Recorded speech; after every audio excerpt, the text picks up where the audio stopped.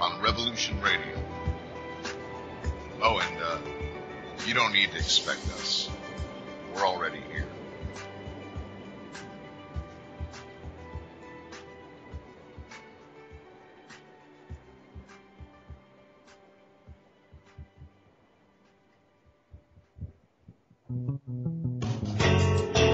Hi everybody, it's me, The Fetch, host of Inside the Eye Live.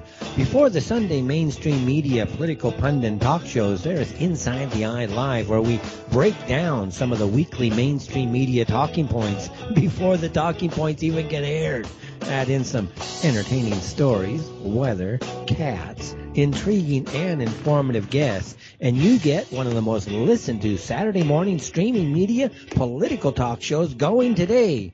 And it's all right here on our flagship station, Revolution Radio at freedomslips.com. So join me, The Fetch, for Inside the Eye Live every Saturday morning at 10 o'clock a.m. Eastern. It is truly intelligent media for the politically aware.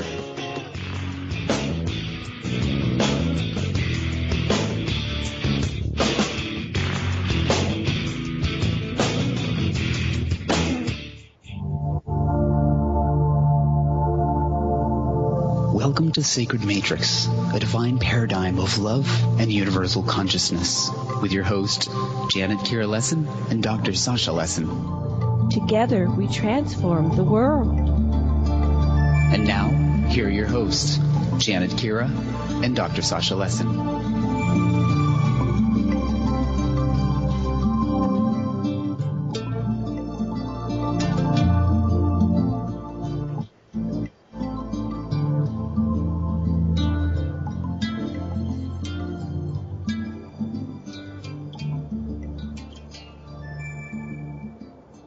Hello, everyone, and welcome to the Sacred Matrix on Revolution Radio at freedomslips.com.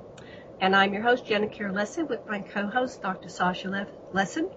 And today we have Eve Lorgen, a very special guest, and she's going to bring us into a new realm that we've never thought about before. Eve Lorgen is the author of The Love Bite, Alien Interference of Human Love Relationships, and The Dark Side of Cupid, Love Affairs, the Supernatural and Energy Vampirism. And she is a 20-plus year researcher and hypnotherapist in anomalous trauma. This spectrum includes alien ET encounters, paranormal experiences, milabs, and other dimensional visitations. The focus of her two books reveal taboo aspects of how love relationships have been orchestrated, interfered with, or disrupted by paranormal sources. Eve holds a BS in biochemistry as well as a master's degree in counseling psychology. Her scientific and intuitive skills have contributed to her success in understanding these otherworldly experiences. While research is important, her priority is in support, healing, and empowered sovereignty for her clients. Her inspiration into the anomalous started early in life with her own paranormal experiences. Her inspiration came from the work of the late Dr. Carla Turner and the UFO and alien abduction researcher Barbara Bartholic. Eve has presented at many UFO, paranormal, spirituality venues since 1998 and has authored numerous articles internationally which have been translated in several languages. She appeared on Destination America's Monsters and Mysteries on an episode featuring alien abductions, implants, and the alien matrix. She is a frequent guest on alternative radio talk shows and roundtable discussions through Rise Multiversity. And Dr. Lessin, would you like to say something before we bring on Eve? Actually, the whole subject is very fascinating for me. In my practice, is something called pathological confluence, where a person goes into agreement with an other, someone besides themselves, in such a way that's unconscious. They don't even realize they're doing it. And what we find is that whenever that is occurring, it seems to me, there's a part of the person that's in some kind of agreement with the other. And so that once the person becomes conscious of whatever it is and what the needs of that part of themselves are, you can free yourself from dependence on the other. That's why I'm very excited about Love Bites, because I think this really bites through this whole problem. Thank you. Eve, are you there? Can you hear us? Welcome to the show. Yeah, I'm here, but I'm having some sound difficulty. It sounds like a constant noise of a plane overhead. So it's, I don't know if you can hear me okay. Well, we are having some feedback. We could switch to our Phones. if you want to do that. Let's try that. Sean, would you like to? Sorry for the interruption, folks, but we want to have a clear connection. Sean, would you like to call our individuals' phones? I don't know if Sean's hearing us. Anyway. Yeah, that would be great. If we could switch. Let's one at a time. I'm going to call Sasha first. That way you guys can maintain radio contact.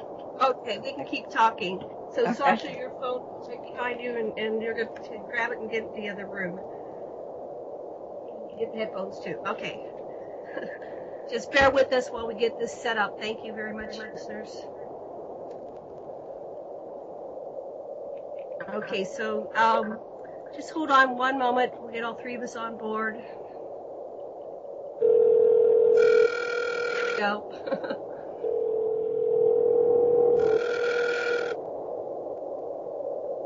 We just got a new internet system here in the jungles of Maui, and we thought that we would be free of this problem with Skype, but apparently not. So what can we do? Can you hear me? I can hear you. Okay, we can hear Sasha.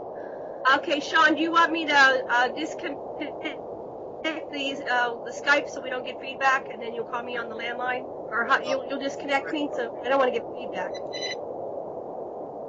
Okay.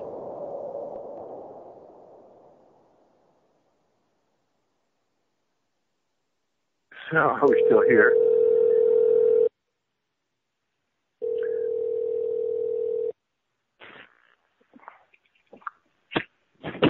Can you hear me? Aloha. I hear nobody. Yes, you're live. Aloha. I can hear you. I'm still on Skype. This is Eve. Great. Hi, Eve. Are we on the radio? I don't know if we are or not. I hear phones in the background. I'm just waiting for them to call my phone. Okay. And I can hear. Eve, you're fine. Your line's fine. Okay. So I don't know if you're. Can you hear me? I can hear you fine. Okay, so I was just mentioning about Jung, and then later others have talked about the imago, the unconscious part of ourselves that make us seek somebody who's going to take a bite out of us and rule us unconsciously, whether that be an alien or a pathological person. And Eve is going to give us some of the ways to protect ourselves and how to recover from if you've been bitten. Yeah, I don't know if you want me to just go ahead and plunge in here. Plunge. So it's quite fascinating that you do that in your practice and find a way to actually understand how we can make subconscious agreements, which I think that's true to a certain level. Although after many years of study, I think it's more involved with people who've had, let's say, alien abduction or visitation histories, and depending on their family line and some of their own unique issues, it could be a little more complex, but I think there still are agreements that take place on other levels of consciousness that we're not always aware of. So that's actually something that probably has come up more with my second book called The Dark Side of Cupid, where there's an interdimensional interfering entity of some sort. And it could be an alien or an ET or take another form. It's not necessarily an ET in that book, but it's a pattern in a relationship dynamic where some kind of energy vampirism or emotional vampirism takes place because of a interference. So really working with the people, you have to do an in-depth history to discover what their history is and how they understand their own connection and all that. A lot of times people really don't understand fully how this is happening, really. And what I'm finding is that a lot of the people, they're not fully aware of the depth of their history in terms of the occult connections that they have. So when I work with people, actually, I do a lot of questioning, or sometimes I'll give them a questionnaire where we go into the history of, how does this come into their life in terms of, let's say, alien visitation. So usually it starts early in life if there's somebody who has multiple encounters in their lifetime, or abductions even, depending on the beings. And a lot of times that's a contract that has happened before this lifetime or that current lifetime. Or sometimes it is in that lifetime only because of their bloodline, because of their ancestry or their parents' involvement. So actually there's a lot of different factors. I have a question, Janet. I can't hear her, so I don't know if there's a sound problem on my end. Can you hear me? Janet, are you there? Janet, are you there? Hear me? Can you hear me now? Now I Hello, can. Can everybody hear yes, me? Hello. Okay. Good. Okay, you're on, Janet. All right. Yeah, I wanted to back up a little bit and start with, Eve, how you got into this before we jump into the waters. Sasha likes to go all the way into the waters, but I want our listeners to understand a little bit more about. You have a different approach to this abduction, contacting experience or phenomena that's going on, and so I wanted to back up a little bit about how you got into this little subculture of the abduction phenomena and what it's about. Explain that to our listeners so they understand. Okay, I can do that. Well, what started it all is probably some of my own personal experiences that involve not only paranormal but alien abduction kinds of things and visitations. And I wanted to understand more, believing it was a certain thing. But as I learned more about myself and others, I found out it wasn't as simplistic as I had hoped, that it's actually more complex. And so I did research with others many years ago and then got my master's degree in counseling psychology, really with the idea in mind to delve more fully into working with people who've had anomalous experiences like alien abductions, but it includes other things too. That's why I call it anomalous trauma. So oftentimes there's more involved and than just alien abductions, like near-death experiences or the whole phenomena of the paranormal experiences that happen when you've had those kinds of experiences throughout your life. Right. I had a lot of those type of experiences going back to early childhood, and so, I called everything ghosts back then because this is the 50s. Nobody knew about ET abduction. So what kind of early anomalous experiences did you have? I didn't really realize it until later in life when I started looking at things and, piecing things together. But it started early in life. I mean, certainly probably before 4 years old, definitely things remembered at 4 years old, like a major event, and, 11 years old through my teen years and, and my adult years as well. But a lot of it was veiled in amnesia and what I thought were just dreams. So I just kind of thought, it's just dreams, but until I realized talking to other people and putting things together, especially with talking about milabs. And so I started a support group with people in 1994 in San Diego County when I lived in Fallbrook, actually, which is the northern end of San Diego County, and got together with others who've had, similar histories. It was alien abductions or alien other dimensional types of communication or the military aerospace connection. So what's interesting is when we got together in a group, we would ask each other questions about things that happened in our childhood that weren't necessarily written about in the literature at the time, but things like special tests that we took when we were in early grade school, where we'd be called in for a hearing test or a vision test or something, and then be called in a second and a third time because we had higher than normal sensitivity to sounds or tones and things like that. So, and medical issues, unusual medical dreams. So started piecing things together and understanding that there was a military element involved in a lot of what I was coming into contact with, as well as the other people that I worked with in Southern California. So that started off this whole area of research. I'm kind of having a sound problem where it's sounding like an echo, anything that I'm hearing from you. So I'm wondering if maybe we should switch to telephone on my end. Can you hear me? I hear you fine. Yeah, it's just hard for me to hear. Well, go ahead and switch then. Might take how should we do that, Janet? So I'm trying to figure out a system that'll work on this end because you're not hearing me on my phone for some reason. So go ahead and switch Eve to the landline, Sean, and I'm going to get another headphone.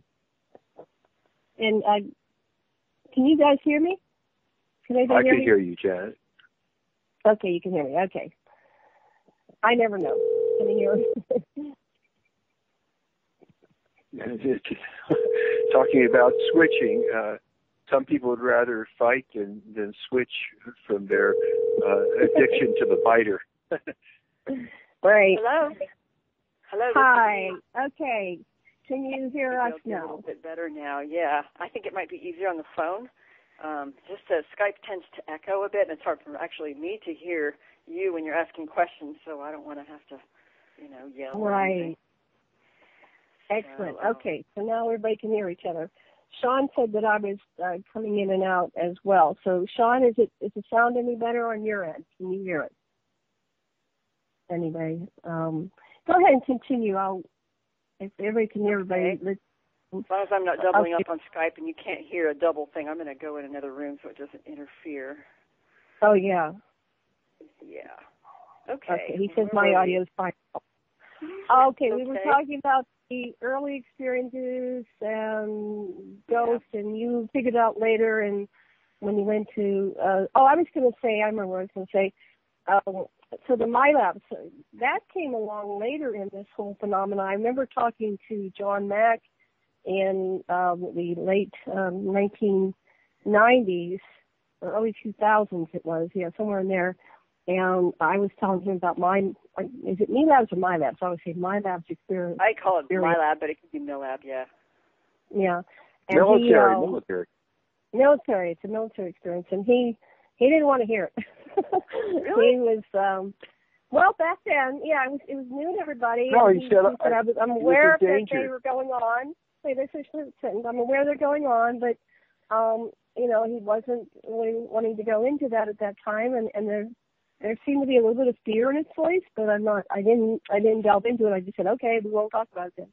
But he did listen to my entire story, but he didn't want to pull that into his books yet at that point. Yeah, because I've heard other people report that about other researchers where it really wasn't as known in the public domain, and it was just kind of a sticky area because it was prone to more harassment and targeting when there was military involved or any kind of intelligence agency or that kind of thing. So I think it tends to scare them off that they didn't know where to put it, and I know a lot of it happens together. It's often together in many people's experiences.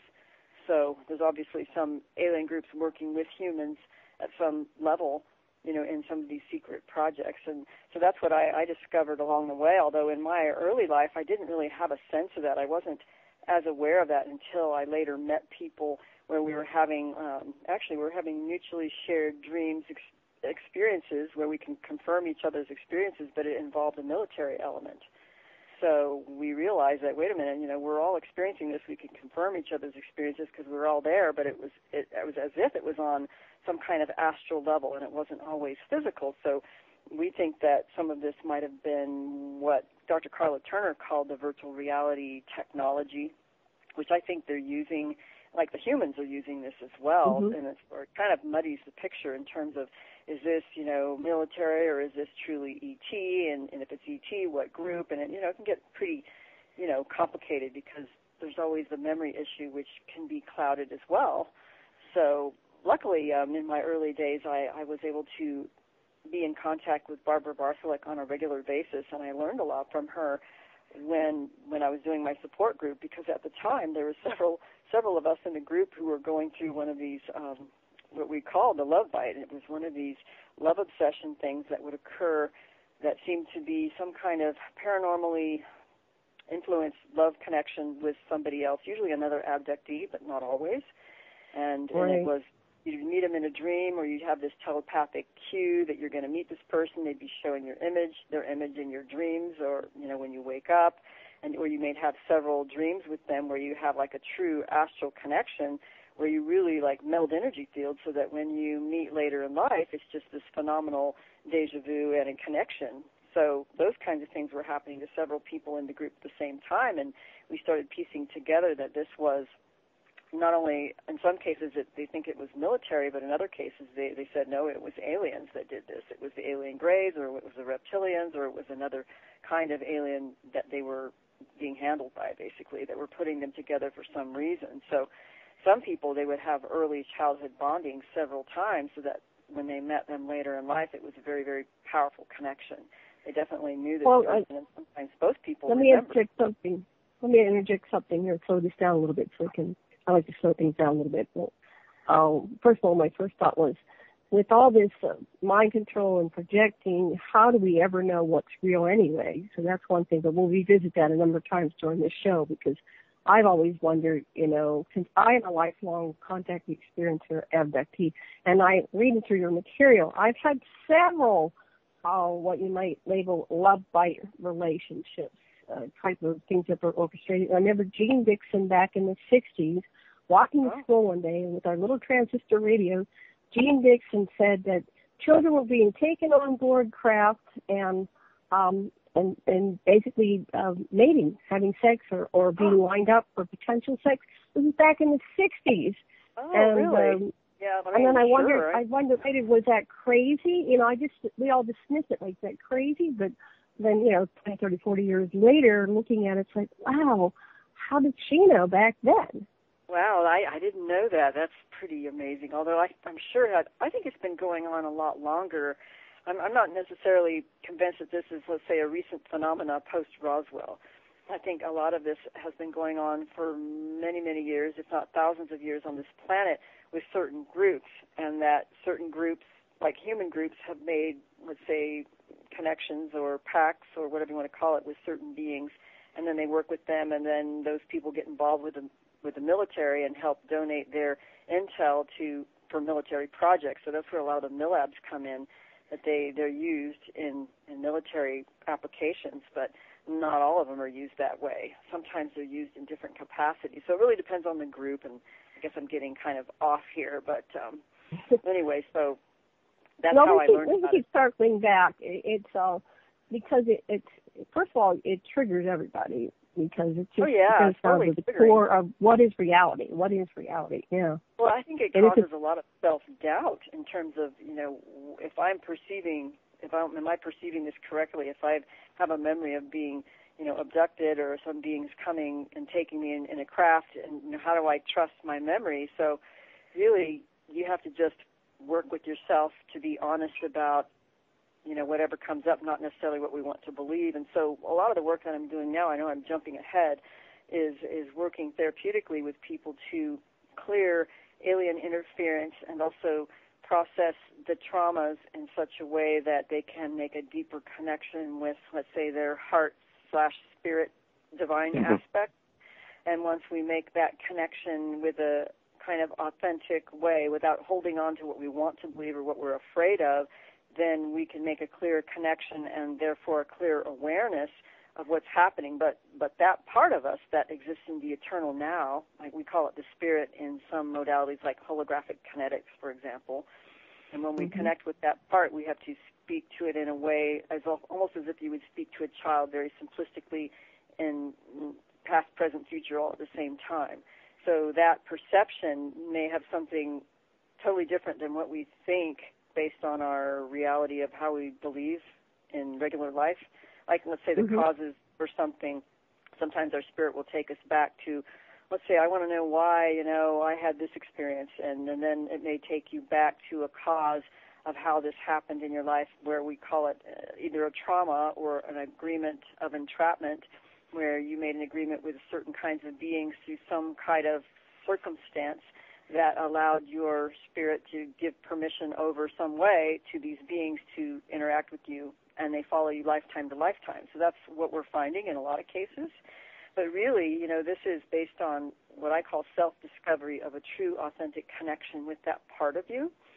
And in my experience, it's like, this has been quite a challenge. I mean, I've been doing not only studying, quote, therapy and working with people, but my own, taking years and years of doing self-inquiry and emotional processing and inner child work and hypnotherapy and this and that, and it's taken quite a while to really come to a deep connection where I can have authentic memory emerge, and peeling away the layers, because the layers are so embedded in people who've had not only alien abduction histories, but sometimes it's your ancestral connection that has deeply embedded stuff, basically, that keeps you all gunked up energetically, for lack of a better term.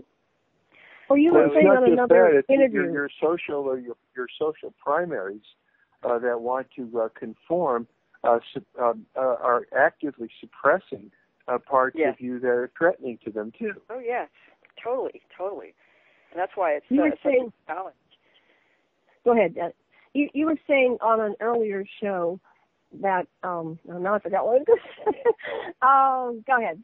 I'll pick it up again. You want me just to well, anyway, let me finish with Barbara Barthwick, because really I owe a lot of gratitude to her and Carla Turner for helping me understand and see things that I was not aware of before, and make connections that, at least in my personal experience, as well as people in my group, a lot of the things that they had shared, like Dr. Carla Turner had shared in her book called Masquerade of Angels, which was the Ted Rice case, as well as her book called Taken, which was about a lot of the milab people starting to come out and tell about their experiences. A lot of those things were familiar to me, not only in my memories, but people in my group. So I really resonated with a lot of what they were saying, and what Barbara Barthwick had discovered with this whole, like, the love obsession thing. It's like I thought this was absolutely nuts when I first learned about it, and I had no idea that there was a connection with what, at least the alien handlers, in some cases they were military also, so I'm not going to say, sometimes it's both, and sometimes it's either or. So when you're in one of these projects, they just do things to you, and so we discovered that some people were having these obsessions after being set up with another partner, usually in a joint abduction situation. That could be physical, it could be astral, or it could be they're just linking you up through the energetic frequency of the other person and beaming you with all this telepathic commands or whatever. So they would have, like, connections with other people, and, it was amazing the kind of connections you can have, though. When you have that experience, it's pretty phenomenal, because actually the first time it happened to me, I don't mean to talk about myself here all the time, but it was after I was already married for a number of years, and I had never experienced that, let's say, with my first husband, like the kinds of connections you experience with someone when you're set up with someone else. Because when you're set up with someone else under these other circumstances, and whatever they do, somehow they're able to link you up so that you have a profound soul connection on a level that is so deep, and your heart is so connected that, you're telepathic, you're empathic, you can remote where each other is, you could feel what each other feels, and you have this compelling need to want to be with them and be, obsessed with them. But the trouble is, during that time or that drama, there would be a lot of dramatic things that would happen. I wrote about this in my book, the dramatic highs and the crashing lows and all the synchronicities, and then the paranormal things that would happen in conjunction with the partner, or being with the partner, or even thinking about them. Maybe you would have an increase in the number of abductions during that drama, like they're testing you and harvesting the energy or reading the energetic frequency as a result of this experiment, or whatever it is. There's an increase in your encounters during this drama. So Barbara Barthwick seems to think that there's something to this about not only emotional, experimentation, but literally emotional harvesting. There's an emotional harvesting component to this. Well, that seems to be exactly what was going on with me. In my first relationship, I met this boy when I was 12 years old, and I was obsessed with him. And I followed him around for years, but then eventually I married him when I was 16. So I'm like fitting your profile precisely. The man I met in Hawaii when I first moved here, I moved here for a man that I met on the internet. We were having he was an abductee contactee as well. We were having astral sex. That's very common. And I wanted to see what that was about. So I moved all the way from Pennsylvania to Hawaii, to Oahu, in 1993 because of this. So I changed my entire life. Then the next relationship, that was when I was looking through Jason's childhood pictures, he was a boy that I'd met on ship. So I was you had that. I'd met on ship. Yeah. It's like they know you before you even, yeah. And then one time we had an episode of this, I'll just say one thing to go back to, where we woke up and there was blood and both sides of her bed from head to toe. But there wasn't a mark on either one of us. So we, threw the sheets in the wash and said, we're not going to talk about this. So we've had some very high strangeness going on in our relationship. So you're saying that they are harvesting a lot of that energy that creates with the two of you. Yeah, I mean, I believe that, like when I wrote The Love Bite and I, studied it for a while before my second book, I came to the conclusion that it wasn't just putting people together so that they would have children together, although that happens, and there's definitely a reason for, putting together two genetic combinations to get the resultant product, which is a certain genetic combination. But not everyone had children who were being put together. Sometimes it was just a relationship that, lasted maybe several months or several years, that it was just a lot of high emotional drama, and or they're using you in some capacity. So I think there's an emotional harvesting element. But in cases of in cases of milabs who are being used as operatives for, let's say, a military component as well as an alien component, then they might be putting them together because they work together as a team. And so let's say you have a love bite partner who's also a milab, and sometimes they'll pair you up because you have not only an empathic, telepathic connection, but you work together well on missions together, certain kind of missions.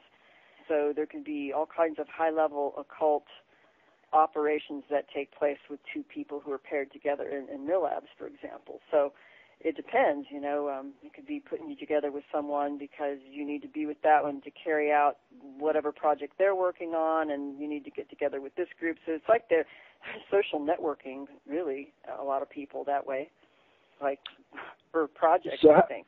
So what do you do when you get a red flag? Oh, my gosh, I'm obsessively attracted to such and such. Watch out. What can you do for yourself? Yeah, I mean, you don't know the first time around. I think the first time around everybody gets pulled in because you think you're just in love, But if you have all the qualities of not only the love obsession aspect, but, the paranormal stuff, the astral sex dreams, or the increase in visitations, the synchronicities, and maybe the other person remembers too, where you could, have a mutual confirmation of joint shared dreams or joint shared abductions, then there's something going on. So, Well, that's why I got into psychology, because I kept getting into the emotional relationships which were high drama and trauma. And I started studying psychology intensely and doing my own therapy and making the best of the relationships. And so I managed to, make that happen on some level through, some of them, but some of them are just like, they're unretrievable, but I didn't retreat from the relationship in victim mode. It was just like we were here for that time and there was a reason for it. And I didn't know that there was a reason for it from the alien agenda or the milabs agenda. They were harvesting the energy. I just thought it was on a soul level. I think there's probably everything combined in that. I mean, there's so many levels to our being anyway.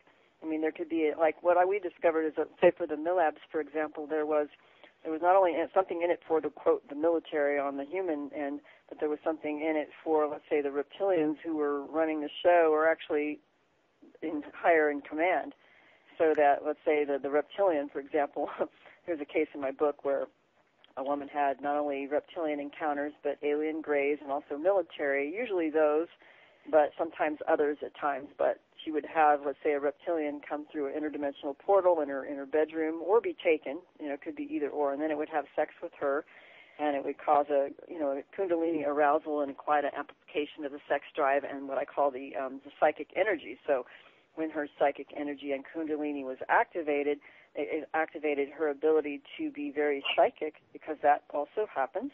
So then right after she would have basically the sex with the reptilian and then her kundalini was activated, then like the reptilian would leave and then the military would come right after that, like within minutes, right?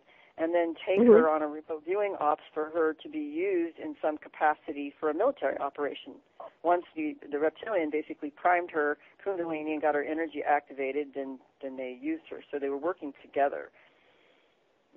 Well, that's if you mentioned that the spiritual runs through all of us, so in a way you could probably say that the creator of all that created these experiences for us to become conscious of our spirituality, ultimately. Well, I mean, it's definitely waking some people up. I mean, on a transcendental level of a greater connection, you know, you could say it woke you up. There's like certain traumatic experiences can wake us up, but at the same time, I wouldn't choose. Certainly, I don't know if I'd want to choose it again. It changes like the nature, like a snake is a snake. You know, you may learn through an experience of being involved with, let's say, a con artist, you know, but at the same time, it doesn't mean the con artist is an advanced being trying to enlighten you. It means he is what he is because that's his nature, but you just chose to learn from the experience, and you did. So I think we have a choice to learn, but it doesn't necessarily change the nature of the being who's interacting with you. You know, they do what they do because they are what they are. It's kind of like, you know, the scorpion who stung the toad or whatever. It's like they do what they do, they are what they are, and they're not likely to change their what they are, you know.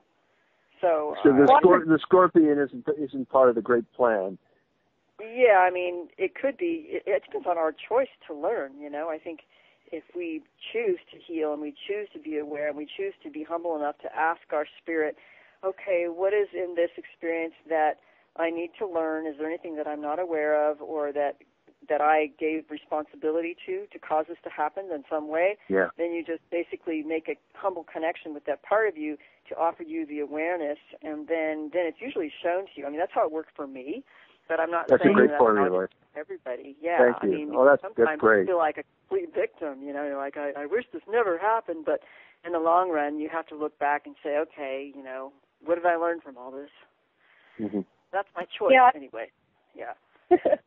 I feel, looking back and having done all my therapy, I have come to the conclusion that on some higher self level, I volunteered for this.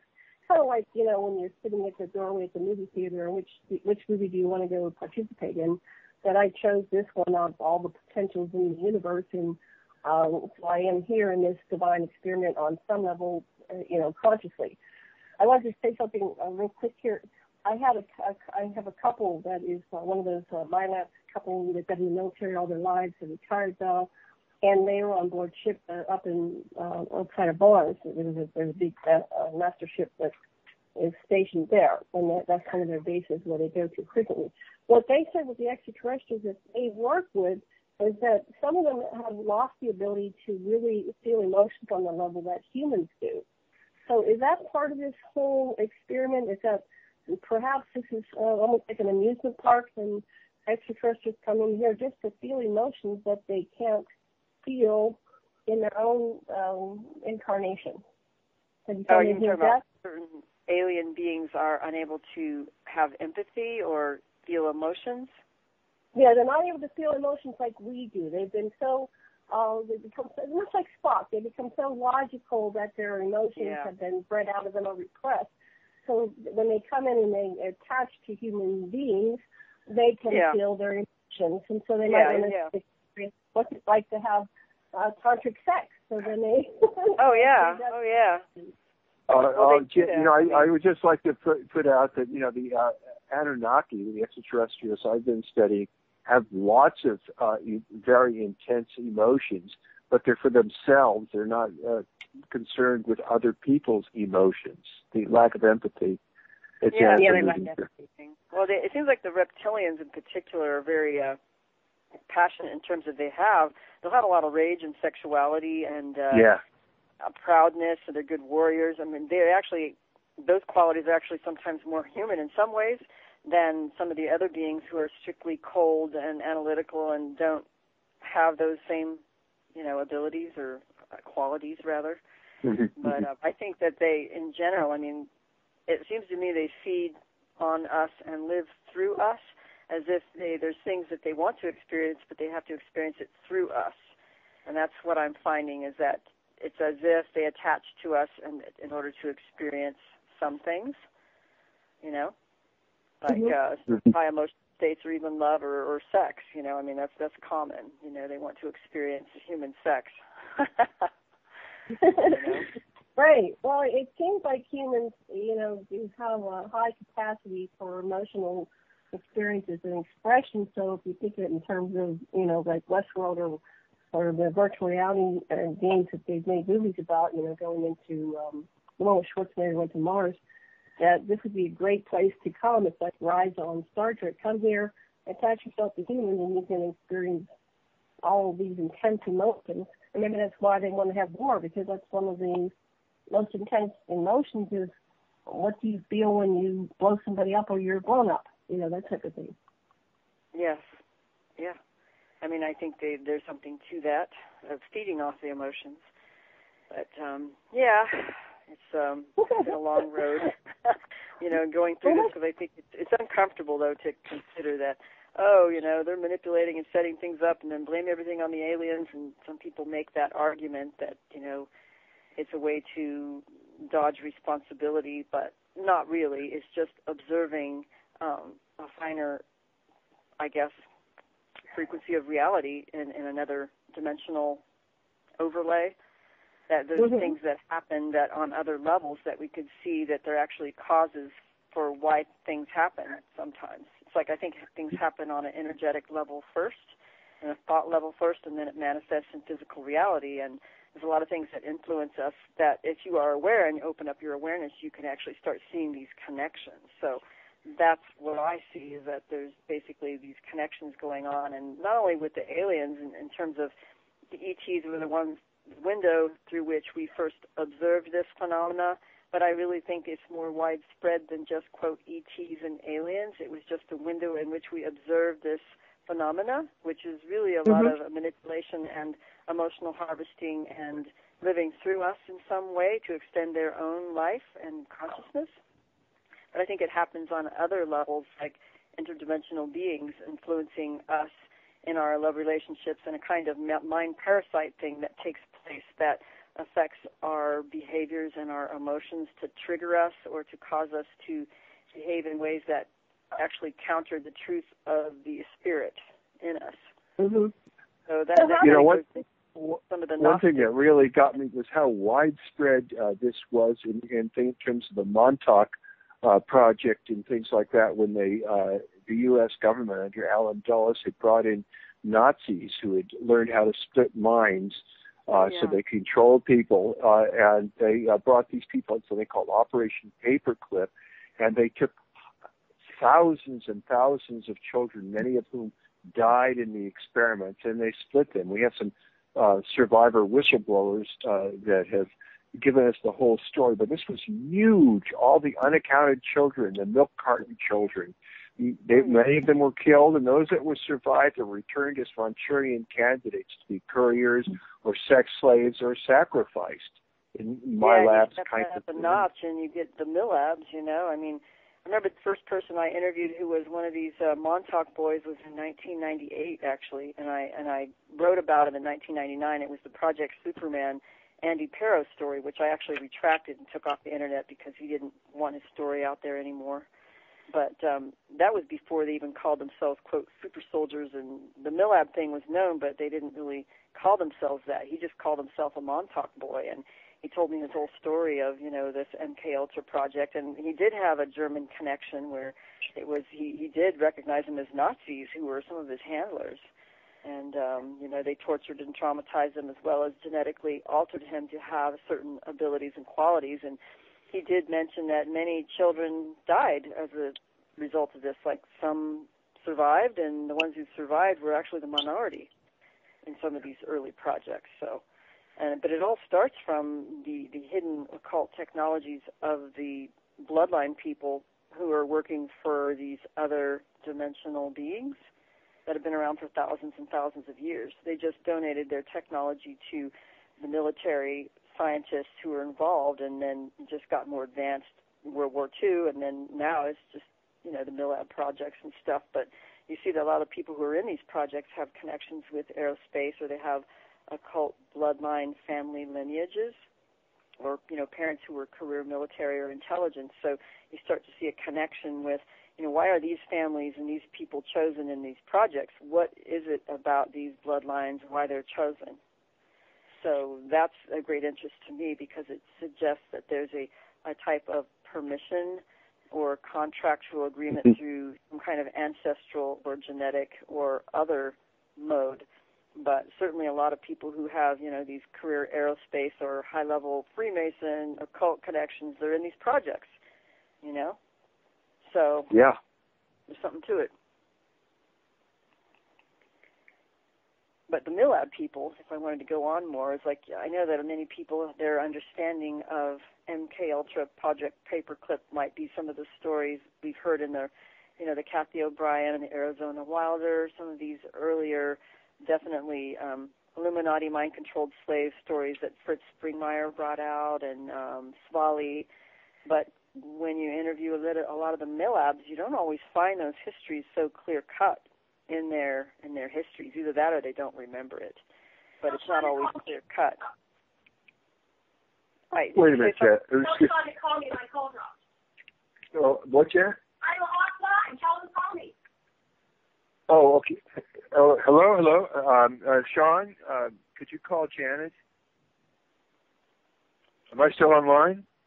I can hear you, but... Okay, well, anyway, when we get... Sean, if you are listening, please call Janet. We're going on about how this... There's also certain blood kinds of things. It's not just... I guess the blood is also a marker of the genetics, but there's definitely runs in families, and it may be... there's some hypothesis that almost everybody has been contacted, everybody, and not just some. It might be. Well, that's what Barbara Bartholick thought, that this, quote, abduction phenomena, or really what's behind it, really affects a lot many more people than what we think, that it's much more widespread. And I do believe that's true, although I still believe that there's certain bloodlines and certain genetics that are of higher interest to certain groups that, basically take people and want to use them. We sometimes we call that the mother goddess gene is one of the things that comes up in many testimonies of certain kinds of abductees and milabs, where they're just honed in on like moths to a flame because they have something that these particular beings want. And sometimes there are these other dimensional beings that literally feed on either the blood or the sexual energy of the woman, or they'll use them to try to open up portals and dimensional doorways to access things psychically that these beings cannot do. So, yeah, I don't know if I need to pause and wait for her to come back. But I'm hearing. Hello? Hi, go ahead. Keep talking. Oh, okay. Sean has to call me back, so we're sharing a phone. Yeah. So I was just talking about how there's something in the blood and the genetics that certain beings want or highly prize. And I talked about the mother goddess gene, which is something that has come up with several people in my own research, where it's a particular quality that I think goes back to the ancient primordial human that was very earth-connected and very naturally gifted with spiritual qualities. That is something that's highly prized by some groups, and that I guess they want to use certain people as operatives to either feed on them energetically or sexually, or sometimes it's the blood, the menses. They'll feed on them. I hear a phone ringing. I'm like, okay, I better stop. Okay.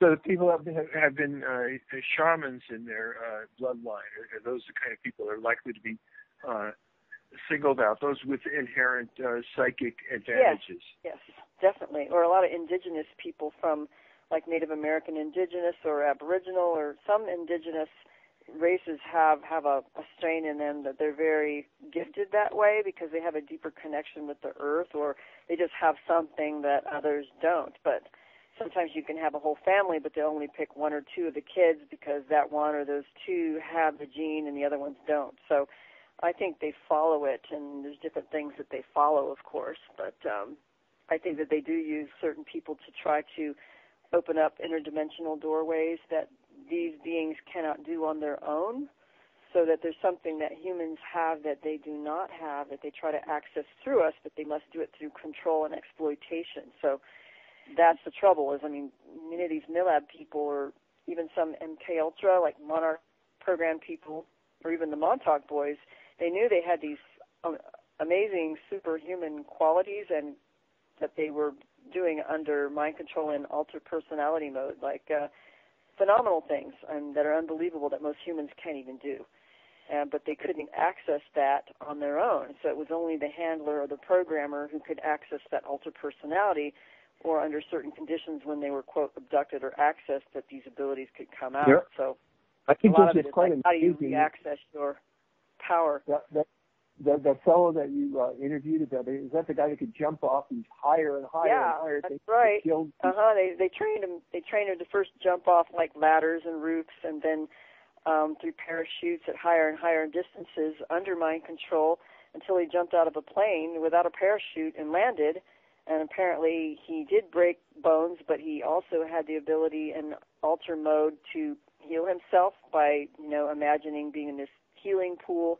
He was able to heal himself actually after even falling from a plane.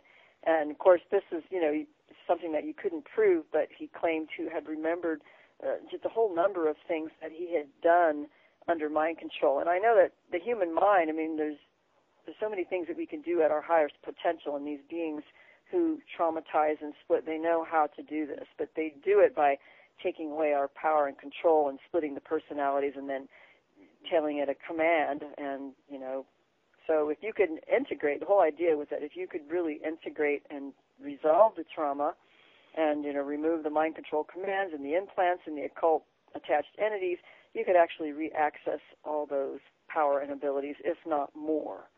So really, what does a person do if it's ostensibly their government or the covert part of their own government that's kidnapping them and their parents and their kids? And what do you do when there's no allies? I don't know. Many people have a hard time, like I know in the Andy Pero case. I don't mean to really talk about him because it could be others. But a lot of times in the early days when they broke programming and they became aware that they're being used in a project, fitting on their family line, right? But they're usually like their roommates involved, their employers involved, their parents or their handlers. So once they break out and they may say, oh, I remember this or that, then you have to worry about whether or not these people are just going to throw you right back in the program, and because they're sleepers too, or they're operatives too. So that's what many of them had found. Or then they would forget what they remembered, and they would hide notes all over their house to remind themselves again, so that when they remembered, they would escape. But that's the problem with a lot of these family people. There's so many people in positions of control in their life, their school, their dentist, their doctor, their husband, their employer, are all in on it, or they're under mind control to keep them in the program. So one of the biggest things that I discovered early on with people, especially the milabs, but even some abductees, depending on the groups that are taking them, that once they woke up and really wanted to find the truth of their experiences was when all the hell broke loose, when, they would get distracted or harassed or targeted, or chaos would erupt in their life as if all the people around them were being basically manipulated to keep them in a state of lack of safety, so that they couldn't really get to the truth of their experiences or place of safety to do the therapeutic work. So that's such a huge thing, because the whole love bite really was a big part of that. It was a tactic of distraction and sometimes control, depending on the person. We'd have the female milab who wakes up and realizes she's being used, and so when she wants to get a regression, wants to get therapy, then she's put in a love bite with a guy who's the friggin' milab handler, controller, narcissist, whatever, and then it's one of these Dark Side of Cupid things, and it's oh no, I've seen this over and over again. You suggested two very concrete things that could help. One is leaving notes around for secret places for yourself to remind you that you're being manipulated. The other one is inherent in what you're saying, is when you can talk to other people that are having the same experiences and reinforce each other. Yeah, the support is so important, although, I suppose if I could, quote, do it all over again, I would be more cautious about who I would confide in, because they have to be at a equal place of recovery as you are, so that you could trust them not to be used against you. Let's say they're still being accessed, and they switch and they tell on you, and then they're your source of problem, Oh my gosh. You have to be careful who you talk to, what doctor you talk to, and they'll just throw you in a loony bin. or you don't talk to a spouse if they don't believe you, and then they take your kids away from you and divorce you and then call you crazy and you lose custody of your kids. I mean, there's several abductees who are going through situations like that where, you can't even tell the truth because you can't trust a spouse who's already being able to use against you to take away your kids, to call you crazy. And believe me, this happens. So it's like you have to be quite mindful and, who is your trusted source of contact that you could, confide in, and who you could truly do your recovery work with to make sure they're not, quote, in on it or, part of some program where they're just easily manipulated. Because when you're dealing with this stuff, the milabs stuff especially, and any kind of ritual abuse stuff, you have to be mindful of what can happen. I don't mean to sound paranoid, but it's just that, you learn along the way. Right. You don't know who to trust. So that's what we're going to cover in the second hour. Like we've gotten kind of like the dark stuff. We're putting up on the top of the first hour, and we need to go into some of these solutions. But we still haven't covered all of the issues to begin with. We got just one more minute before we go into the break. Anything you want to say to folks know for? I mean, it's really hard for me to hear. The sound quality is really poor. So I think we have a minute until we go on break, and I don't know if you wanted me to say something before we go on break, but I can give you my website, and that would be quick. It's evelorgen.com, and both my books are available. Through my website, there's a link where you can get information and links, like, let's say, to Amazon for both my books. So then, because I have tons of articles on a lot of different subject matters under blog format. So. Okay, we'll be back in 5 minutes. Thank you, and we'll see you soon.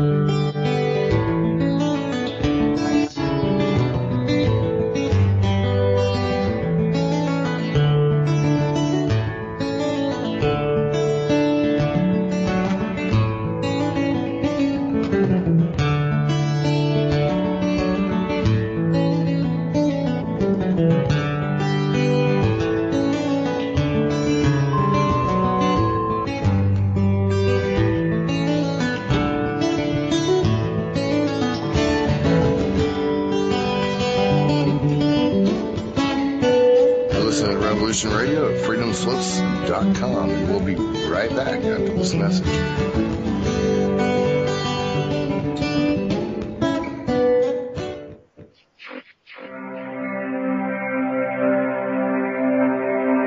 Most guys freeze. That's your cerebral cortex looking for an answer it doesn't have. See? Even your brain knows you're screwed. The body's filling with adrenaline right now, whether you know it or not. The heart's beating fast. It's getting a little harder to breathe. The neurobiological system is telling it to run, but your knees are too weak to move. Fear is not real. The only place that fear can exist is in our thoughts of the future. It is a product of our imagination, causing us to fear things that do not at present and may not ever exist. That is near insanity. Do not misunderstand me. Danger is very real, but fear is a choice. We are all telling ourselves a story. You're listening to Revolution Radio at freedomslips.com. 100% listener-supported radio. Reporting to danger. Unafraid. Right here, where information never sleeps. Revolution Radio.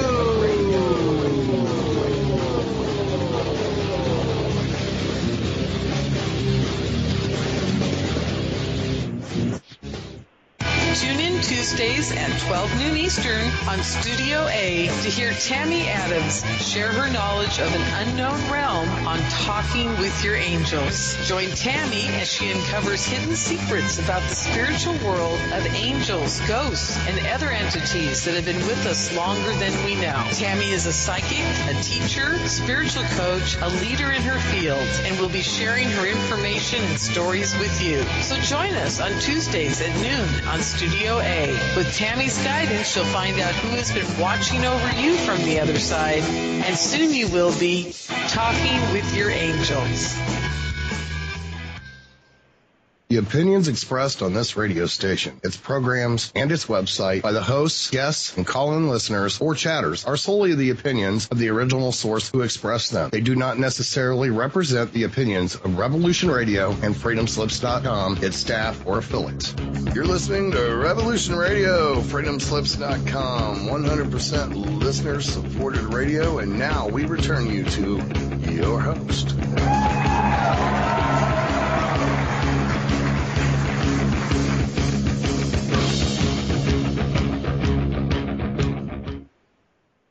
Hello, everyone, and welcome back to the Sacred Matrix on Revolution Radio at freedomslips.com.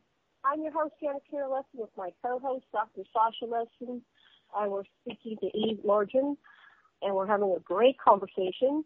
But before we get back to our conversation, I'd like to remind everybody to take a few minutes and go over to that donation button on the website and donate what you can.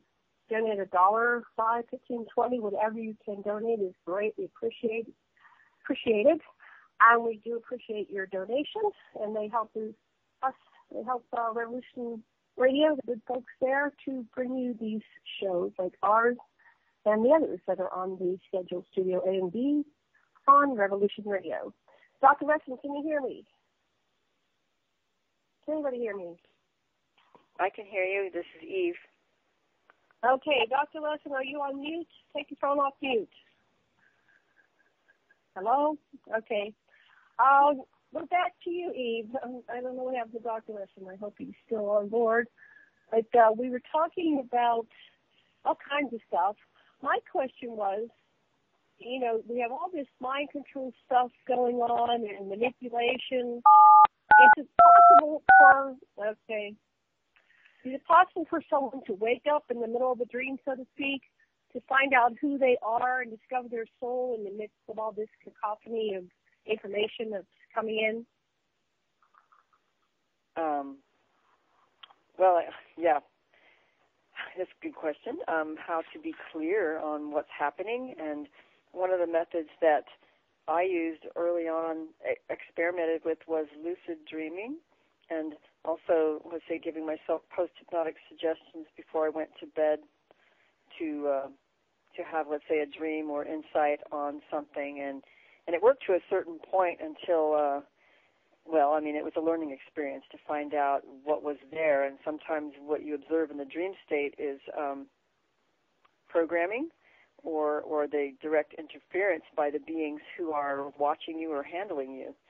So that's what I realized and discovered, that in the process of doing some of this lucid dreaming work and post-hypnotic suggestions to myself for healing, then I ran into what I discovered was interference and the whole love bite thing. So that actually helped me become aware of how involved they were in my life, and I didn't realize it until I started looking more deeply. And so I did, learn lucid dreaming, and that was really helpful to get more in touch with parts of myself, and so that did help. But it didn't necessarily take away the issues until I got into a place of safety and confidence in my own healing recovery phase, really. And that was basically learning how to be safe with myself, to grieve, and to, learn how to basically heal all the things that had happened in my own life, as well as my current relationship, which was not safe for me. And so it took a long time to get to that place, because you have to be in a place where you feel safe to even access those parts of yourself.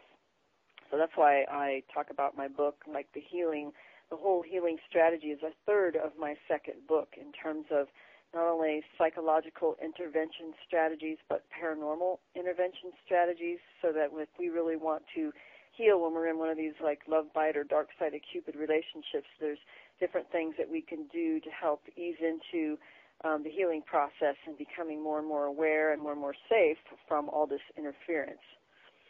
So it does take a healing journey, and I think it takes safety, which really for many who have been caught up in this abduction milab thing, that sometimes they're set up with partners that basically work against that whole intention of healing and wholeness and recovery and health.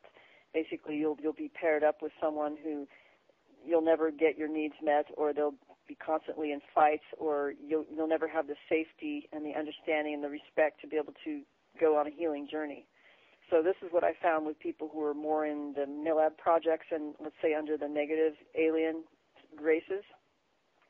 So that's why, it just takes, sometimes it could take years just to get out of a bad relationship, let alone years to do the healing and the trauma resolution and the discovery of what happened,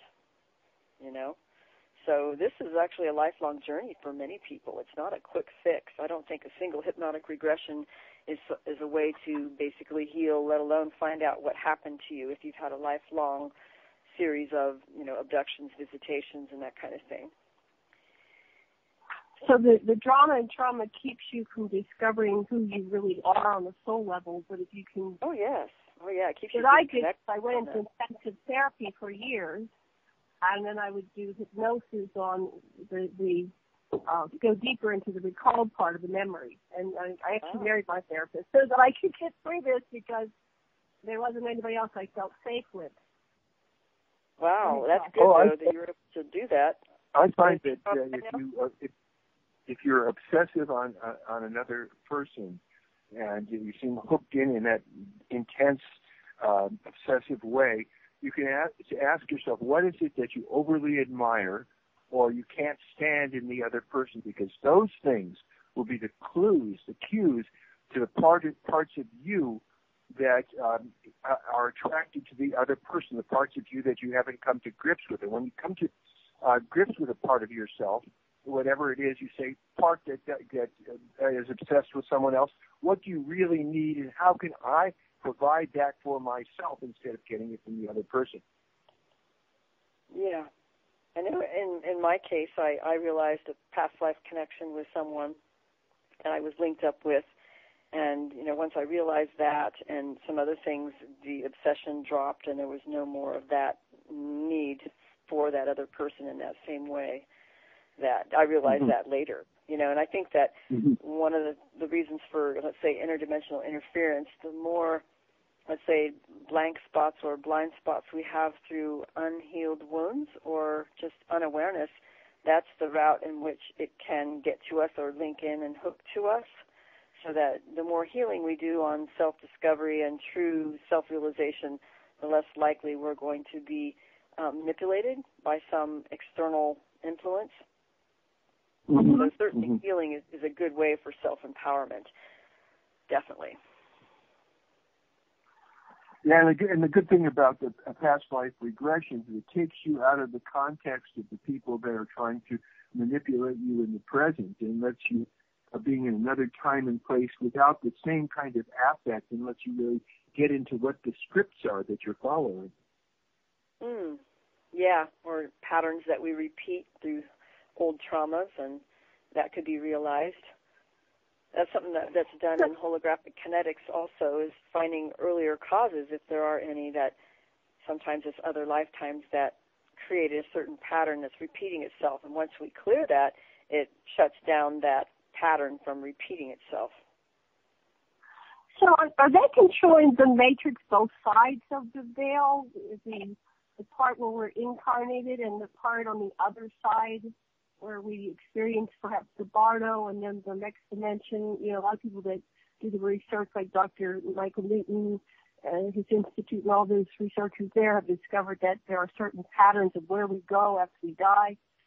But the gray, Errol Gray from the Roswell, what was it called, the Roswell interview with the Spencer's book, he says that, or she says that this is a prison plan of the matrix and that both sides of the veil are controlled and that they keep sending us into the cycle of reincarnation. So perhaps if you could find your soul family or your group and your pattern, you might be able to together figure out what part of you is being manipulated, what part is your true authentic self. Yeah, I mean, people have near-death experiences where some people wake up to that, although some people say that it's the light that's the trick that gets us sucked back into a forced reincarnational cycle. And I don't know, there's a lot of different opinions on that, whether or not we have true karma that we really need to work out or if we're being forced. Some people are actually being forced into a recyclement and they actually remember, being forced through alien technology to go right back into a body and not go back to source, So right. I guess Stuart Gardner said he fell off the ship and he found himself coming to the birth canal and being born as Stuart, and so did Al Bielek and Duncan Cameron. They were their souls were migrated from one form to another. So is that alien, or do the humans have this technology, or what's going on there from your research? Wow, that's a good question. I mean, I would think some humans may have that technology now, actually. But I think aliens do. They have that soul recycling technology and the whole black box thing, where they could transfer your soul into a black box and then transfer the soul from the black box into another body, sometimes a clone body or another body into another incarnational vehicle. But I've heard that. But I've also heard that there's, like in the high-level Illuminati bloodline families, they'll deliberately reincarnate back into that family. And they do it through ritual. Once you do rituals and make those agreements with those beings, you could die, and then you'll be reborn as like the grandson or whatever, and you can come back to the same family over and over again. Right. So that's the basis to be able to control where the soul is going after it dies, or perhaps they're just faking their death, but if they actually do experience a death, they seem to be able to have control over and keeping not just the bloodline, not just the DNA, but the soul essences keep coming back to where they want it to be. So that's happening on the high level. Is that perhaps happening in families? Because my family, they're Masons, and my grandfather I tracked down, he was a 33-degree Mason. Would they be doing that within even, I'm not a high-level family, but even the sub-families? Because I know you're saying something about that the one member of the family can make a karmic agreement for the whole family or for many generations. Yeah, I mean, it depends on the family, but if they make an agreement through a ritual or a ceremony or a contract, then they have born rights to any child, I think within 7 generations, but it could be more, because that's what's come up actually in many sessions with people, especially the holographic kinetics, where they're born under basically born rights by the draconian or reptilians that are called in through ritual contract through certain occult groups, like certain Freemason groups or whatever, other ones too, where they make that agreement, and then everybody in that bloodline is under that control. So you just break those contracts and agreements in your bloodline to be out from under it, and then, if that's what you choose. But that's basically how you get in projects. I think that's how they get permission, for the heavier projects. So they get permission, but can a soul just at some point decide that that's not their path and break the contract that your ancestor had made for you? Yeah, you can break the contract. I mean, sometimes there's and everybody's unique, but it depends on what your spirit basically says. Is there another earlier agreement why you were born in this family? And sometimes there is, and sometimes it's just based on an ancestor, why you're even in a particular situation. So, it's complex because we pull in things that are genetic and what we call the soul ancestry genetic aspect, and then we have stuff that just comes from our own unique spirit and incarnational things that we bring in from our own spirit. So we're a combination of a lot of different factors when we're born in a human body. So, yeah, I mean, I wish it was more simple, but it's not, Right, Josh, you have a question. Okay, so I'm looking at this whole system. Is this indeed perhaps a matrix that they present in the movie, or a prison planet like some people simulate? Is this perhaps what's going on here, and it goes all the way back since it was created? And if so, when was it created? Like billions of years ago or trillions of years ago? That's a good question. I'm probably not an expert on that.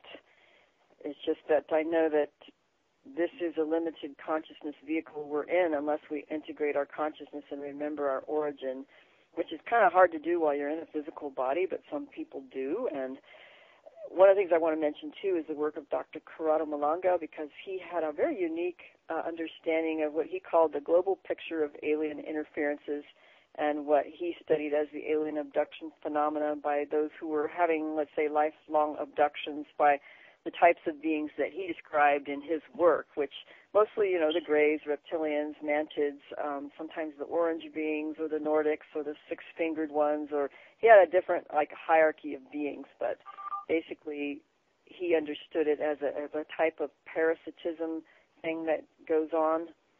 And I'm trying to remember where I was going to go with this, but it's a good way to view things and understand it from a transdimensional perspective and what gives them permission and why they were causing a trauma that would cause a disconnect between our mind, spirit, and soul, our triad of consciousness.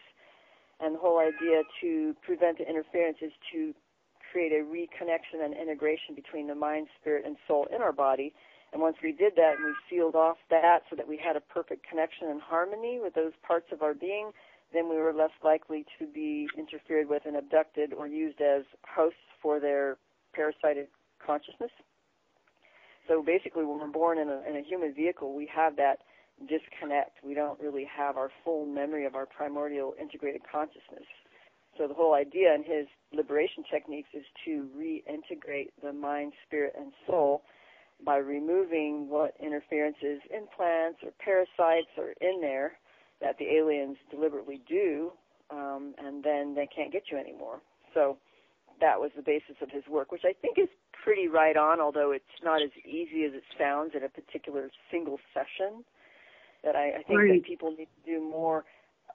To be realistic, we really need to do more trauma resolution and spiritual growth, really, in terms of, what we need to grow spiritually and expand our awareness and to be honest with ourselves and to, it's more about releasing what we don't need than gaining something, in my view, because we already have that in us. We already have that natural, innate divinity in us. And it's more about releasing what is false or what causes a disconnect or a clouding over of that connection that's already there. So that's really the therapeutic work.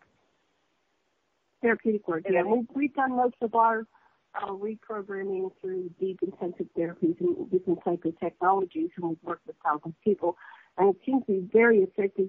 But isn't there some ways where people can prevent, some of these attachments and things that happen in the first place, like avoid alcohol, that type of thing? What really attracts that into your being that you start having these experiences, besides then the full agreement from your family or something?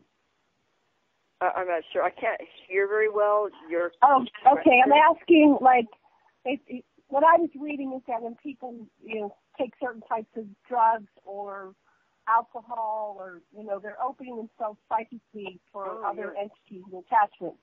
What's your research tell you on that? Oh, yes. Well, this is what I learned through observation, but also through, holographic kinetics and the laws of lore, for example. But, it's kind of a no-brainer to see that, people who have active addictions leave themselves open to unwanted influences and lack of control, sometimes lack of control over their emotions, for example, where they may go into a rage attack during a blackout and cause harm. But sometimes it's really an entity jumping in, taking them over when that happens. So, addictions are kind of unfortunate because people who've gone through trauma often have addictions to numb themselves from the pain of that. But the addictions in and of themselves create a greater vulnerability to more interference, as well as actually sabotaging the healing process. So if you ever tried doing therapy with somebody who's an active addict, it's going to take a long time for them to get well because the addiction serves to numb them from the awareness that it takes to heal.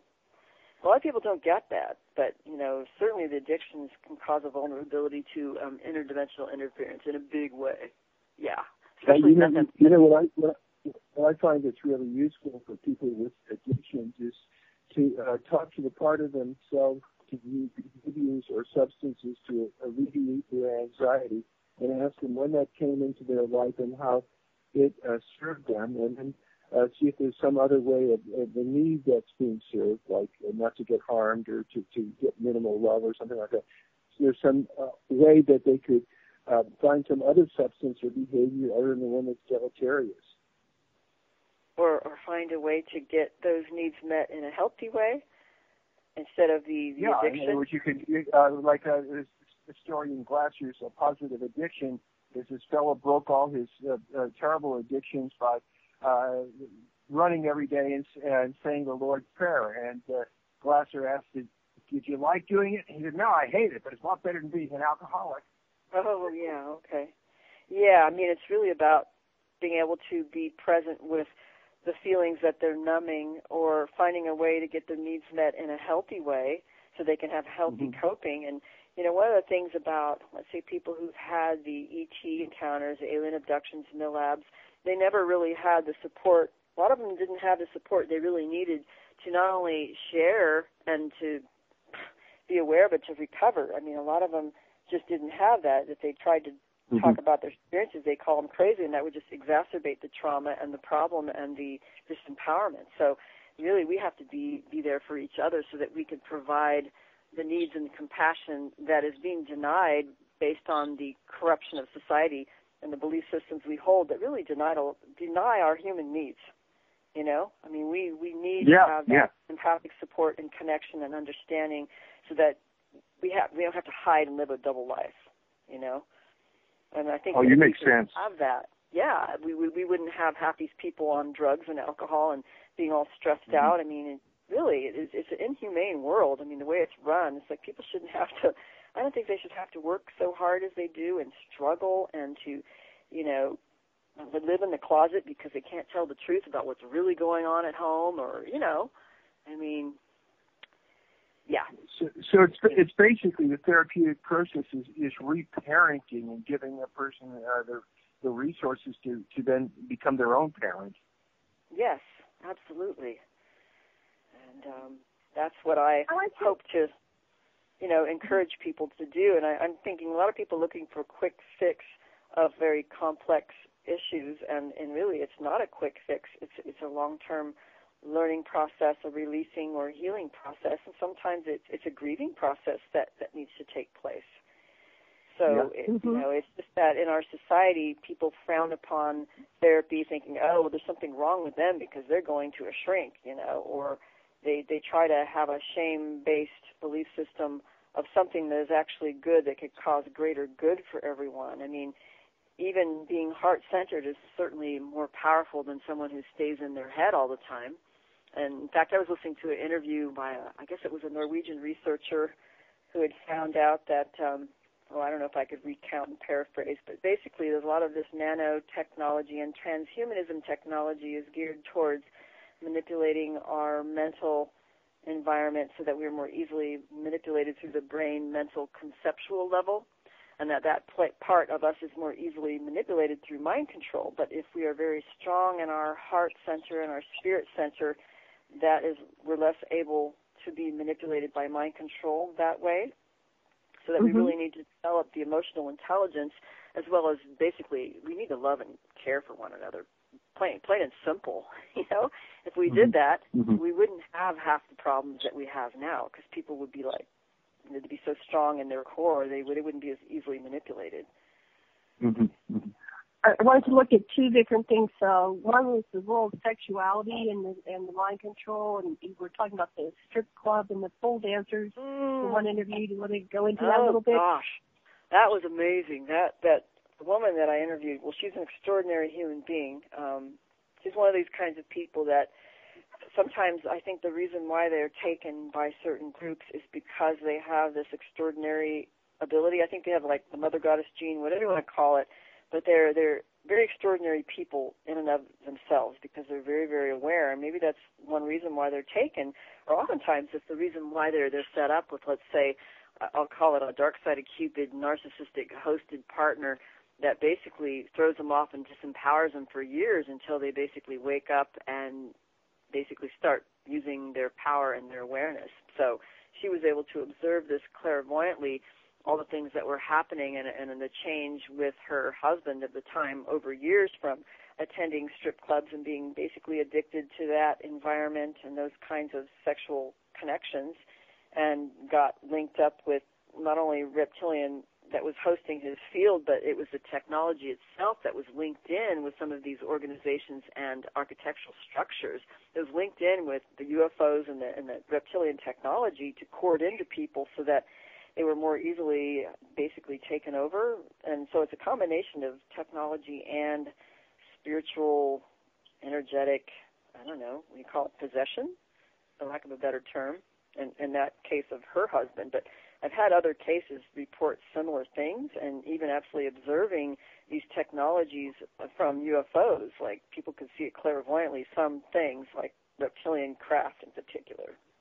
So anyway, this woman, what I think was extraordinary is that she got together with several very aware women who did healing and meditation like together, and they were able to go to like a town meeting where this big international corporation was trying to basically move in the town to put in their laws and basically put in things in their town that would be really bad, okay, and control the town and control the people. So they were able to view and witness these like basically reptilian hosts who were from these like high-level, I don't know, international corporations to come to a town meeting and try to enforce their laws, and the people in the community to pass laws so they can move their company in town and link it up with the energy. And it was just a bunch of crap is what it was. So they were able to observe basically the mind control and the manipulation that was going on this whole other level, because they were basically reptilian hosts who were trying to control the whole situation. But because they were aware and using their consciousness and their intention based on their spiritual development, they were able to basically offset the entire meeting and that company from being able to move into that town. So with the awareness that they had, they were able to offset control of a town and politics with these like really evil organizations. So I think that was a kudos that, you know, some people, they can help their own communities by being aware, by going to some of these town meetings and absolutely observing, you know, who's in control, what are they doing, what kind of NLP mind control techniques are they using on the people, and she was able to observe exactly what they were doing. They're basically controlling the people and causing them to be mesmerized so they could pass these laws to link their town in with these really corrupt international corporations that were run by complete reptilians, okay?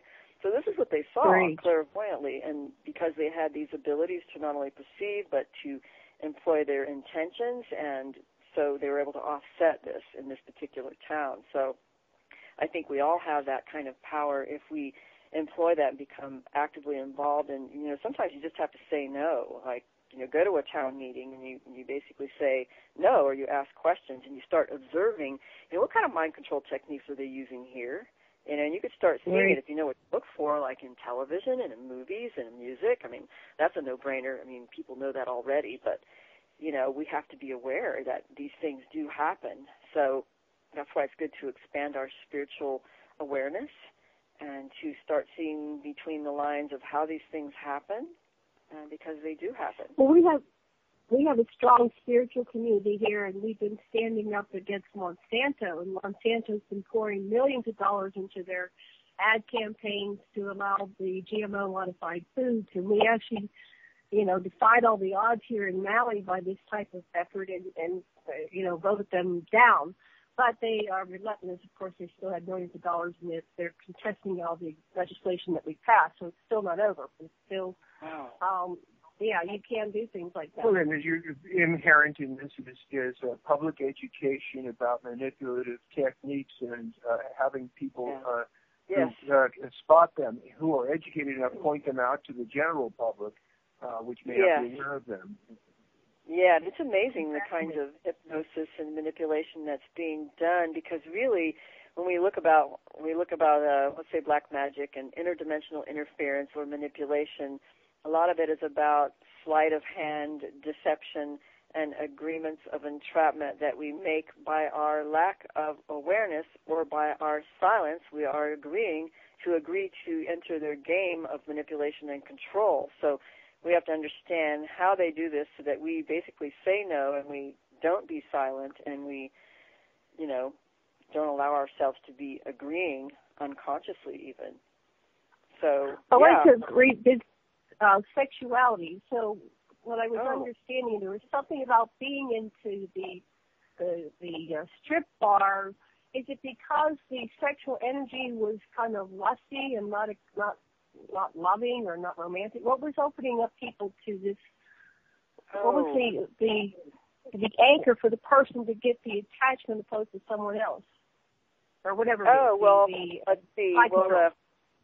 I mean, the man in particular was someone who he was just easily manipulated narcissist, which, you know, I mean, he probably has his own reasons why he would want to go, and it was like a sex addiction kind of thing. But one of the things that the woman noticed is that in these kinds of behaviors, not that sex in and of itself is bad, it was the way in which it's done that basically it corrupted. You were using corrupt father archetype programming in these sex strip club behaviors so that it was denigrating to women and to true love and connection and healthy sexuality, and encouraged not only perversion but a heart disconnect and exploitation of women, and then causing a negative father archetype so that it's basically a negative archetype programming kind of thing going on.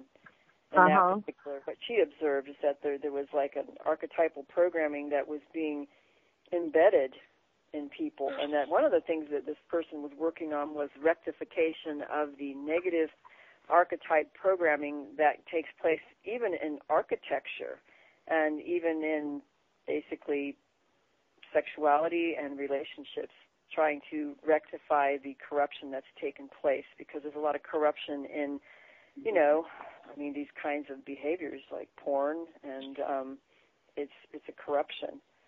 I mean, well, how can architecture, the way a room or a house is laid out, create that? How do you go from architecture to behavior? I'm a little mixed up. I mean, some other people have observed. I think she observed like the dome shape was like the phallus, and then the UFO, the way technology that came over or around the phallic building and created a linked-in connection with the wiring and the energy. Somehow it linked in. So, but she was able to see this in I don't know, she works with art, so she was able to see and work with artistic images and geometry where you could see a perfect mirror image, and then was able to perceive corrupted images even in architecture. So she was playing around with different kinds of computer programs and art to find out where corruptions were, and actually even in architecture. So it was kind of complex. It was kind of a research project she was working on.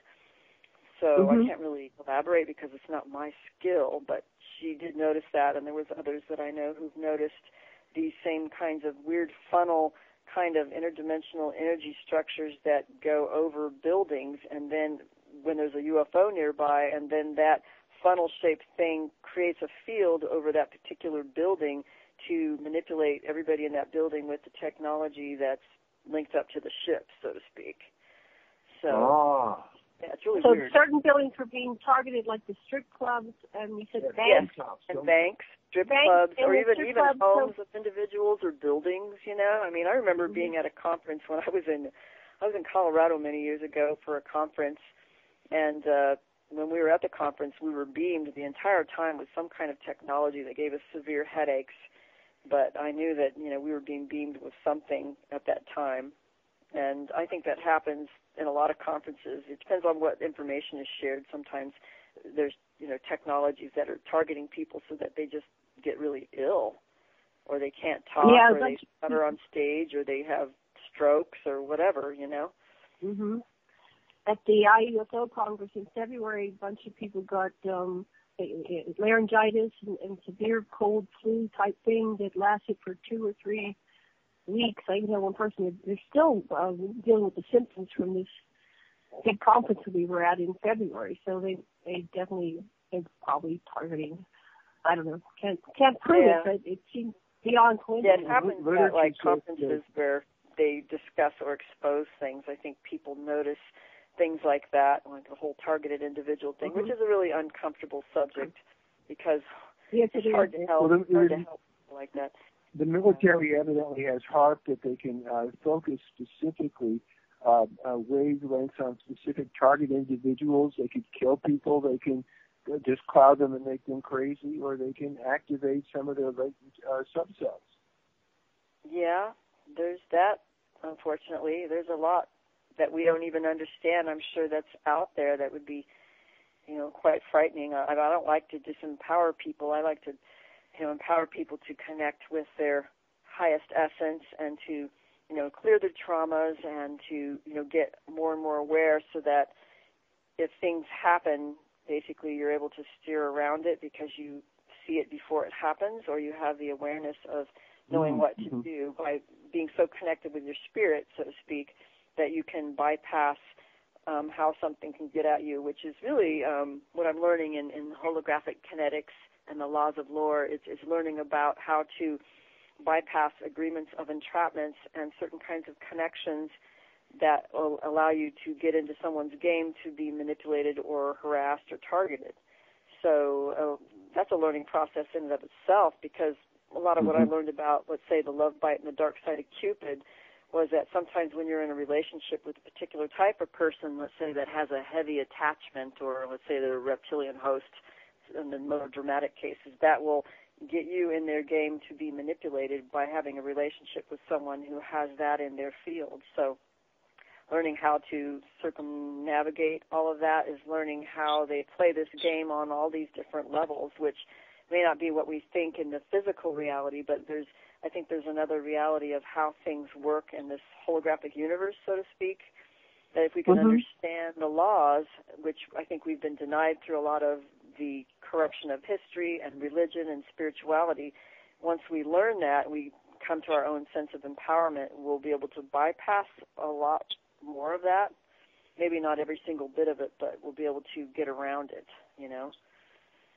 I think that's beautiful. Get in touch with your spiritual subpersonality that can access spirit, and before you make any decisions, consult with that part and get your fair witness going so that you can get a picture of the ecology in which that spirit has to operate. Yeah. And that turns out to be a challenge sometimes with, well, I'll let you go ahead. I was just going to ask, which beings are doing the negative part and which beings are helping humanity? Are there two factions or more factions? What's going on from your research? Well, I mean, with the people that I've worked with, my clientele basically would be those who are having either some form of trauma or they're having distress because of, let's say, a love bite, dark side of Cupid. So a lot of the beings that are involved with that, let's say if we're doing a clearing on the holographic kinetics level, we tend to find, sometimes they're human spirits, sometimes they're reptilians, dracos, winged serpents, gargoyles, or different unnamed types of interdimensional beings. Sometimes they're extra-dimensional, sometimes they're ETs. So it depends on the person. So the malign ones who cause problems are mostly the reptilians and the dracos, and those are the ones that tend to be linked in with what we understand as the cabal and the ruling Illuminati families and occult rulers. They basically take their orders from those higher level beings. So those are the ones that tend to be the ones that are the problem ones, like interfering in the major bad abductions and the mind control stuff. But every now and then, I run across people who've had, let's say they had both. Like they're one of these people who have an extraordinary, they have some kind of genetics thing that many groups want. So let's say the dark groups are after them, but then they may have an encounter with other beings who are trying to help them, who are intervening, or they get saved dramatically from some bad group because some other good group helped them. And they may have encounters on other levels with different kinds of beings, depending on who they are and where they're at. So it's not always cut and dry. Is there a major agenda, or what's the purpose? Are we there? Food? Are we, what is the purpose of all this that you're doing? Do you have an idea? Well, I just observe people who have the traumas and the dark side. Basically, I see a lot of that. And the ones who want to exploit and control tend to be, we could even call them the fallen angels. There's something that they're missing that we have, obviously, and that's the connection to the divine that has power of imagination and intention. So they basically use us as batteries and creators for them to create what they want so they can continue using us as an exploitation source to feed on and live through. So there's something about these predatory parasite beings that they don't have something that we do, and they've been controlling the game as long as they can get away with it, to use us to create reality for them so they can continue to feed off us. You know, they're the parasites, basically. So even in Malanga's work, he discovered through, I thought this was fascinating, that when he did hypnotic regressions of abductees and talked to their, he called it soul or anima, according to the Italian translation, but I'm going to use the spirit as the word, the term, because that's what we use in holographic kinetics. But basically, when he was talking to that, quote, component of their triad of consciousness, then he discovered that certain transdimensional beings, which may take different alien forms, would attach to, let's say, the mind-brain component, or they would attach to the spirit/soul component, which would, so they would attach at certain places in order to feed or influence us in a certain way. So he learned how to remove them from those different components of consciousness and then integrate the consciousness, and the aliens couldn't interfere anymore, and we basically became invisible or inaccessible to them. So these beings parasite, we have something they don't, basically. Simon Park says that our souls are triadic, that they have three essences. So his is human, mantis, and reptilian. Is that panning out? Is that true in your research? You know, I'm wondering about that. I mean, if Malanga had worked with him, he might say, well, what's really going on is he has, you know, the active alien memory of a reptilian and a mantid in his energy body, which are like the parasitic beings in his field. But they could also create an imprint on an energetic level or even a genetic level, depending on how long it's been in his field or even in his family. So if Malanga worked with him, he'd just basically ask the highest part of who he is, you know, do you want these beings in your field? You know that they're feeding on you. And if he chose not to have them there, he could remove them and integrate his consciousness of the pure human aspect and get rid of them. But it depends on his unique agreement that he might have with them. And, you know, everybody has free will, right? So it's just that these beings tend to manipulate and deceive us into making us think we need them, or into making us think that, let's say, we're really them. Like one client I had who we interviewed believed that she was a Draco in another life, or that's part of her consciousness, like part of her soul. But what we discovered through Malanga's work is that it was just the Draco that was parasiting and controlling through what we call the active alien memory and implanted aspect of its consciousness in her field. So she worked on integrating her consciousness and the altar that was split off and controlled by these dark beings, and got rid of the Draco and got rid of what we call the Horus Ra being, which was a very high level, the highest on the hierarchy according to Malanga. And so she basically removed it from her field, and so what she thought was true really was just like, it would be like you have their hard drive in your mind, brain, and you get all their memories, so you think they're yours, but they're not yours. You may have memories that are actually theirs, not only their memories, but the other bodies they hosted. So you could be having memories you think are your past lives, and they're not even yours. So that's it can be very whole complicated. new understanding. Yeah, it's very complicated. How would you sort it out? In Newton's work, they showed that the souls can be multidimensional beings, and they can incarnate simultaneously in many different places, depending on, you know, how evolved the soul is. So we have that to look at. But then, and I'm not saying they're mutually exclusive. It may go true that souls can have past lives and other planets and other memories, but there probably is the faction that implants a false memory that was one of your past lives. Yeah, I mean, they could put in fake memories, and then we can have memories of the beings in us. Like if we could have spirits in our being, like human spirits, and this could happen because, let's say, in another lifetime you killed people, and that means they have a right to invade your field as one of these universal laws of lore, so that you could actually have memories that are the spirits inside you that are not even yours. And you may think, oh, that was a past life, but really it's like, oh, it's an attachment. But you don't know until you actually do the clearing and have a full understanding by connecting with your spirit and having somebody guide you through to that exploration. And, you know, I mean, there's so many things we really don't understand in our Western culture. I think some of the ancient indigenous ones had a better idea in some ways, you know. Sasha, you asked a question. Well, I love what you're saying. I just want to keep listening. Another question, a number of people we've interviewed talked about the highest levels of the Catholic Church, including the Pope himself, have been engaged in ritual murder and the kind of mind splitting that our Nazis in Montauk engaged in. I wonder if you had any experience with or evidence or about what's going on at the highest levels of the Pope's inner circle. Right, they had to eat a baby. Yeah. I don't know if I become had Pope, to kill kids.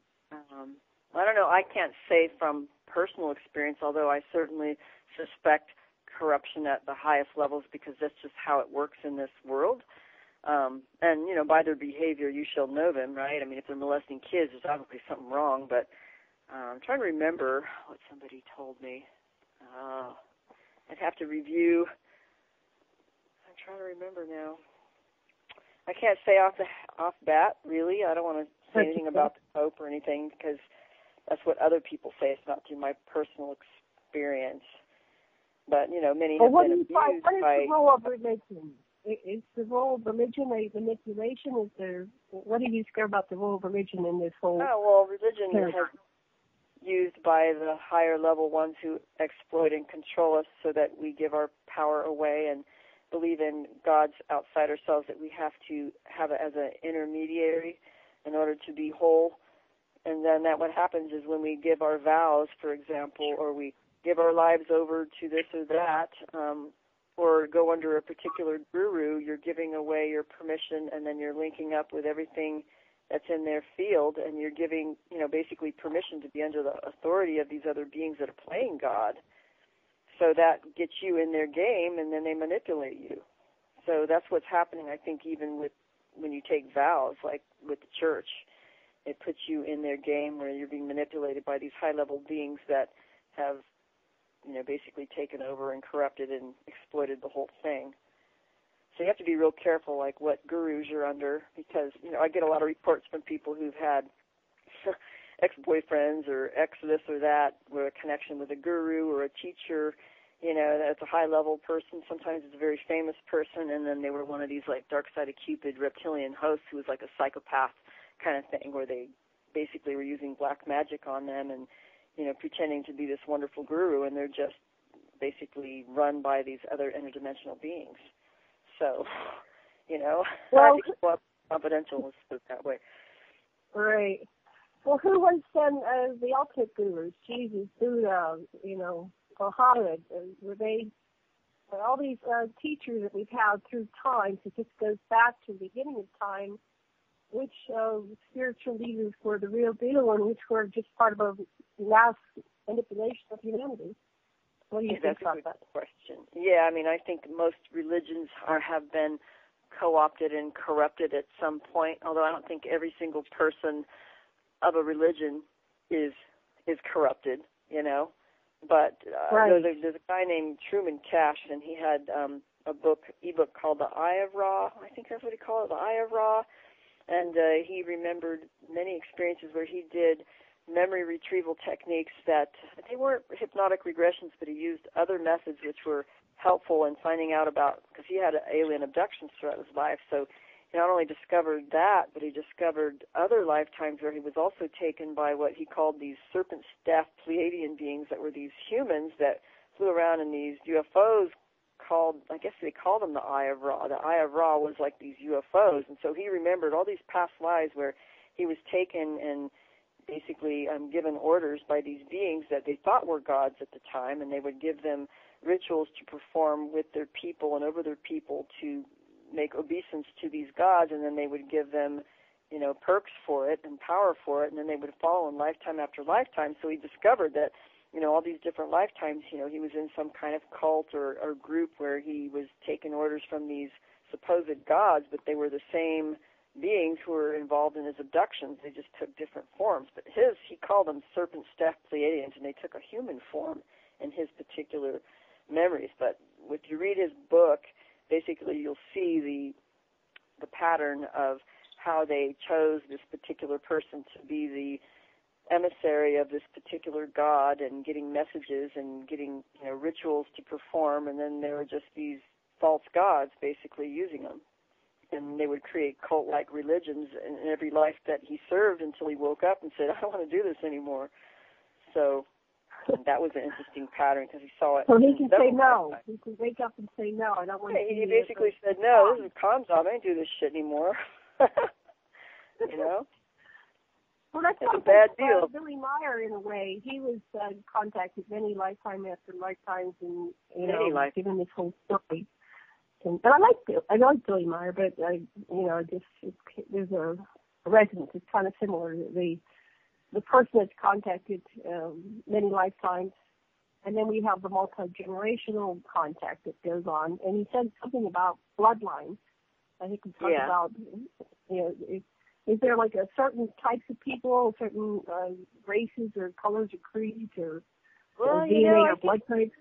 Well, there's supposedly, in every race now on this earth, I think it's been so interbred, but a lot of what, let's say, the Illuminati is doing with respect to the Draco connection, there's certain families, and then if you're a bloodline member of any of these, actually there's 21 families, not just 13, that have more of the Draco reptilian connection, then you're more likely to be taken or used in some project, depending on the group and how they want to use you. And some people say there's this whole Rh negative factor that's involved with people, but it doesn't necessarily mean you'll be abducted. But I know that certainly many female abductees who are Rh negative, they're used a lot in like the hybrid being used as to carry fetuses of other genetic combinations because they won't have the rejection factor that somebody with an Rh positive blood type will. So that's an aspect. And like, let's say in a family of abductees, and if only one of them is Rh neg and the rest are, not, then sometimes they just take the Rh negative person, So I think there's a connection there, at least with that aspect. And there's different lines from different groups, but I think most of them stem back to, the Draco and this whole Anunnaki connection. Draco. So are Anunnakis Dracos? Or are they humanoid? I don't know. I think Anunnaki is just a name. I mean, there's different cultures have different ways of describing them. Some, like in the Balkans, I wrote an article about fairies, dragons, witch blood, and meteors, and how in some of these ancient cultures from the Balkans, for example, had myths from their ancient witchcraft lore that these dragon beings actually descended from meteors, and that these dragon beings interbred, and that there were certain people who would have the dragon line or the witch blood or the dragon blood, and they would be different people who had more of these psychic and magical abilities, and that these lines would be followed, and these beings would always come back to one of their own. They just knew who their offspring was, and that supposedly these dragon beings actually came from off-world. So I just found that fascinating because I think there's something to that, actually. Well, I told you in an email that I had met a dragon, and I don't encounter very many people that, have met dragons. So I found that to be very unusual. Are you saying that the dragons can actually mate, and do they copulate, or is it some kind of hybridization process in the lab? How do they produce offspring?